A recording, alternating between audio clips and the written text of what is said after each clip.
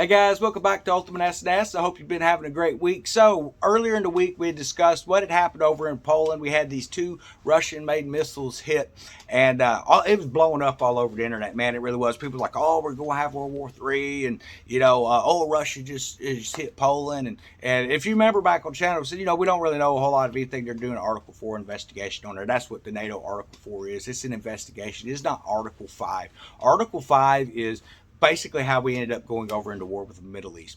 That's not what's happening. They've initiated an investigation into it. Well, if you've been watching some of the news on what's coming out today, they're saying, "Oh no, what happened?" This is, of course, Russia's. What happened is the Ukraine got some of their missiles and launched over at Poland. That way, everyone in the world would say, "All Russia bad." Well, could that have happened? Well, yeah, sure, it could have. And the reason I say it could have is because I don't know anything about Zelensky. You don't know anything about Zelensky. All you know about the guy is what they tell you on the news. And remember what they're telling you about this? A-okay, and we know that it wasn't. But you need to look at it from a standpoint of let the investigation do its work and things like that. Now, do you really want to be going into a World War III type of situation with the leadership we have in office? I don't. So, yeah, definitely take your time on the investigation, figure out what's going on. And here's what it comes down to. I see a lot of people getting in an uproar about what's happening in Ukraine. And while it is a travesty, guys, and innocents have died over there, we have left our own borders unsecured. Millions have come up since Biden's taken office. Millions of illegals. We don't know who they are. They could be terrorists. That we know that they're not just Hispanics that are coming up here from Mexico looking for a better life. We know that in the past we have had Taliban and Al Qaeda and different groups like that, ISIS and stuff, have come up across those southern borders as well. And they've set up their own little camps and stuff like that. When I say camp, I don't mean that they have little fire pits and sitting out in the woods somewhere. I mean, they actually have terrorist cells, entire cells in big cities set up just waiting for their activation. And that's been proven. The FBI even has them on their watch lists and stuff like that. So we have a lot of stuff going on with our borders and those billions of dollars that we're sending over to someone else's borders. And understand when they do billions of dollars, if you read the wording in those bills, they say, to help with the people of Ukraine and other countries. Well, what other countries? Well, they never specify. So what other countries are affected by what's going on over there? Well, according to Biden, America's a country that's been affected by fuel prices, fuel availability, the fertilizer industry, and all that stuff. So why is that money not going to the American people to help them out when it was the American people who paid the money in the first place? Because they don't care about America. They only care about what they look like on the international scene. The only time they care about you, they only care about me, is when it's time to vote. That's what it comes down to, guys.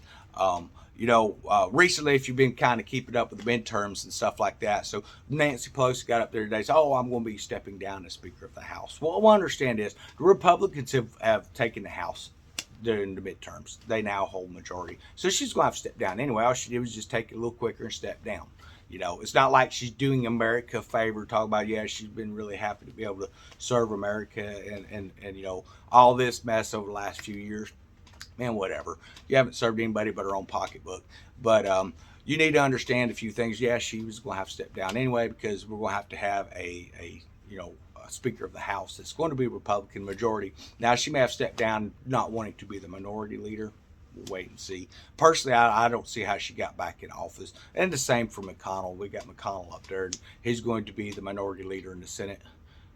I thought they weren't going to use him again, but they had a silent vote. That means that they did a vote in behind. They got enough people passed and all that stuff, rather than having to put it to a big vote for people to find out who these individuals are that are still setting him up as any kind of a minority leader or anything like that in the Senate. They just, we're going to do it real quiet that way. When election time comes, we don't know who it was that voted, let's get McConnell in there again. We don't want Mitch McConnell up there as a speaker for the conservatives, and we don't even want him in the Senate at this point, guys. If you look at the way he is a rhino, Republican name only, always doing underhanded deals that benefits himself, doesn't benefit his state, doesn't benefit his constituents, but it always benefits him. And he looks like, I don't know if you remember old cartoons and stuff like that, he looks like that old turkey character up there with the old gobble gobble thing, Yeah, not to sound too mean or anything, but that's basically the way it is. So the days ahead, man, make sure you're getting food and things like that. We're looking at what's happening with these rivers here in America, not just here on the East Coast, but, the Midwest and even into the Western coast, guys. We have a lot of issues coming up, and, where it seems like we have these little suggestions and things, well, here's what we could do to fix that. The problem is if we had a year supply of monsoon rains, is what it would take to get those rivers back to the levels that they were. And what we're seeing is we're not getting that much rain. We're not even getting that much snowfall. All we're getting is really cold tundra weather this winter. They're not expecting a lot of snowfall. Even in your northern states to get footage, we're not talking 1 or 2 feet. We're talking, 10 and up. They're not expecting those kind of snowfalls, but they are expecting very cold, freezing temperatures. And need to understand something too, with those types of temperatures, when it's just getting really cold, what moisture's in the ground is getting expanded. It's breaking those soils up, not in a good way. And there's no moisture being replenished back into because there's no snows there either. So just a few things to be aware of what's coming ahead. But again, I know we talk about getting food and stuff like that on this channel a lot, but it's because people need to do it. And it's not trying to get you to a point where, we're trying to scare you into anything. It's to give you the information that you need to know. And that's the thing. If you just come up and say bad stuff's happening in America, you need to get some food or you're probably going to starve here before too long. People are like, well, what bad stuff?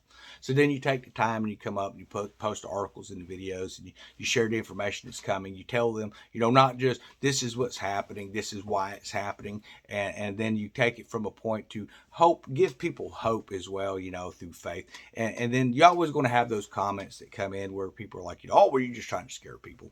No, I'm not. If you go to the dentist says, hey, man, you have a really bad cavity. It's getting into the pulp of the tooth and you're going to need a root canal. We need to go ahead and pull it or get something done now. Otherwise it's going to cause you a lot of issues later. You're going to jump up and say, oh, you're just trying to scare me. No, you're going to get it dealt with. You're going to deal with the issue. You're going to try to prepare for it. That's the way life is. You take the information you can get, and you try to prepare the best way that you can. When you've got a news agency up there and their idea of news is who this one in Hollywood is dating now, who cares? They date a different person every week. They're married to a different person every couple years. If they even last that long, nobody cares. That's not news. What is news, what is hard-hitting news, is what's happening in our country, what's happening around the world, how it's going to affect you in your home today. That's what we should be hearing about, but that's not what we have anymore. We don't have hard-hitting journalists and things looking for information to help you make decisions in life.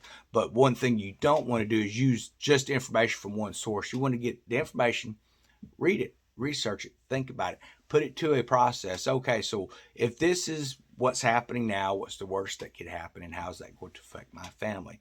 Okay, how can I best prepare to prevent that ugly picture from happening? Because understand, there is no such thing as a bad plan. There's if you haven't thought it out very well, but no one really plans to failure.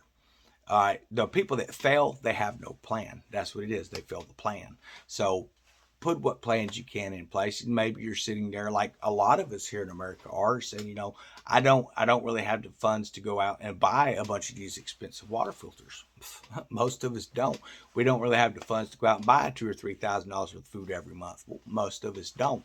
But what you can do is you can start adding to your stocks slowly, like we showed you with beans and things like that. That's going to give you a source of food. Now, of course, the naysayers will come in. They're going to say, well, that's not enough calories, just eating beans. No, it's not, based off of that dietary stuff that's recommended. But what you need to understand is it's better to have that than nothing at all. People are, well, that's not going to meet a 1,200 calorie diet, so I'm just not going to stock anything at all because I'd rather just starve completely rather than get half of my dietary stuff. And you can look at it from a standpoint, you can raise your chickens and stuff if you live in the country. And I know a lot of people, we get a lot of comments, well, I don't live in the country, so what am I supposed to do? I don't know. That's why I got out of the cities, guys. I make sure I'm living in the country. I've seen this stuff coming years ago. All right. Back when we had Obama in office, I seen where this was headed, knew exactly where we were coming as America. Not because watching YouTube videos and things like that with other people saying it. I was watching whitehouse.gov and seeing what kind of laws are being passed that the news agency is not reporting on. And then sitting back going, well, how is this going to affect us down the road? Notice that they'll pass something, they're not mentioning it all, but then it becomes a law. And it's not until it starts to affect the people around you that you start to hear, oh no, that law was passed back in the day. Really? So there's actually a law in the books that if you live within the city limits, you're not even allowed to have gardens a lot of times. People need to understand that. Not a subdivision. We're talking within, a city limit, a county limit or something like that, where you're sort of kind of in town, but not really into rural areas yet. You're not even allowed to have gardens in a lot of states. Hey, believe it or not, the state of Florida is one of those states. People do gardens anyway, but if it come down to where they want to start enforcing that law, it's on the books. So that's something you need to be aware of. And down here in Florida, we used to have a right to open carry. Back before DeSantis got in office, this Chris guy that was in office before him, he tried to get back in there. He failed. Before he left, one of the first things he did was to get rid of open carry. So in order to carry a firearm outside of your premises, talk about your own property, you have to go and get a concealed weapon permit. Whether you want to carry it open or concealed or whatever, you have to go get that permit. That way they have it's attached to your ID basically at that point. That way if the cops point, oh, well, this guy here, he's got a concealed carry permit, which shouldn't be an issue.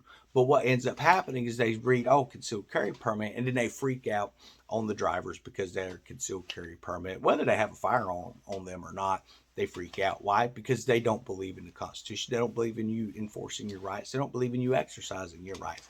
It's their way or behind bars is the way it comes down to. And that's something you need to be aware of. That's the type of law enforcement we have. So when you have like President Donald Trump when he was up there, or former president at this point, but when Donald Trump was in office and he's wanting to make sure he gets the right type of equipment to the police force, there's an issue with that because at some point the local government is going to swing liberal, but then they have all these arms and it's no longer going to be, they have that for protecting the citizen. It's going to be used to oppress. And that's what we're going to be seeing here in the days ahead. Understand there's a few things that are happening right now with the suppression of Christianity and things that's happening not just on YouTube channel and other social medias, but it's happening all over the world. It's happening all over this country, and it's going to continue to excite. Remember just a few years ago, it was okay to go into a Walmart store, whatever, however many hundreds of people in the store. It was okay to go in there and do some shopping. It could take you an hour, it could take you 2 hours, it could take you all day. They didn't care. But they didn't want you meeting in church for 30 minutes for a worship service. That just recently, that was going on here just a couple years ago, guys. And it's going to happen again. We've seen pastors being arrested. So they go, okay. So there's no law about assembling outside. No, do whatever you want. So they'd have their services outside. Police would show up, arrest pastors, start arresting people and things like that. That tells you the mentality of these people that are in law enforcement today. Everyone talk about protect the blue line and all this other mess and all this other stuff. And then you see people getting mad because, they hate America. They hate America. Well, let me tell you something. I love my country, but the government that we have in office right now, I despise it. I do not like it at all. I do not like the direction this country is heading. So does that make me someone who hates America? Well, understand, if that is what America is to become, it's going to be destroyed, regardless of how I feel about it, regardless of how you feel about it. Because if you continue to murder the innocents, we're talking about unborn children, you continue to murder the innocents, and you continue to parade sexual immorality, God's word tells you it will be destroyed. We are Mystery Babylon. Read Revelation, see what happens to it. It's destroyed. Everyone have a wonderful day. I just wanted to touch base with everyone, kind of tell you some of the updates of what's coming on with some of the stuff we've discussed in the past. But be aware, we are in the end days, and we're heading into the tribulation period, folks, with false prophets rising left and right over in Israel. We have the Pope and all this coexist movement and all this other mess that's happening. You need to be aware of what's happening. You need to be aware of why we're seeing all these things happening with the rivers drying up, the food shortages, the famines and things that are increasing. They're going to be increasing exponentially here the next couple of years. And unless there is a direct path change from following self to going back to following the Lord, we're going to see those plagues increase as well. And, all we can do is to warn you about it and try to help you. Because guess what? When Egypt was hit by those plagues, it didn't just affect Egypt. It affected Egypt and it affected the Hebrews. And it wasn't until they came out and they used the blood of the lamb on their doorways that the angel of death passed over them. Well, we are bought and paid for with the blood of the lamb. The Lord is our sacrifice. That penalty for sin has been paid for all who accept that. And in the days ahead, it is those people the Lord will look out for, but understand that the things that are affecting the world are going to be affecting us as well. But it's up to us to prepare and to be faithful in these times ahead, because when it comes down to it, people go, well, faith is just believing in something that, whatever. No, faith produces hope. It produces patience. It's part of it, guys. And it is our direct communication line between us and Lord, because without faith, you don't believe in anything. You believe in whatever the world throws at you, but when you put your faith in the Lord, that is your direct line of communication. And when that communication breaks down, it's because you've allowed your faith to be overcome by fear. It helps to fight fear out. So that's something you need to keep in mind in days ahead. We'll talk to everyone later.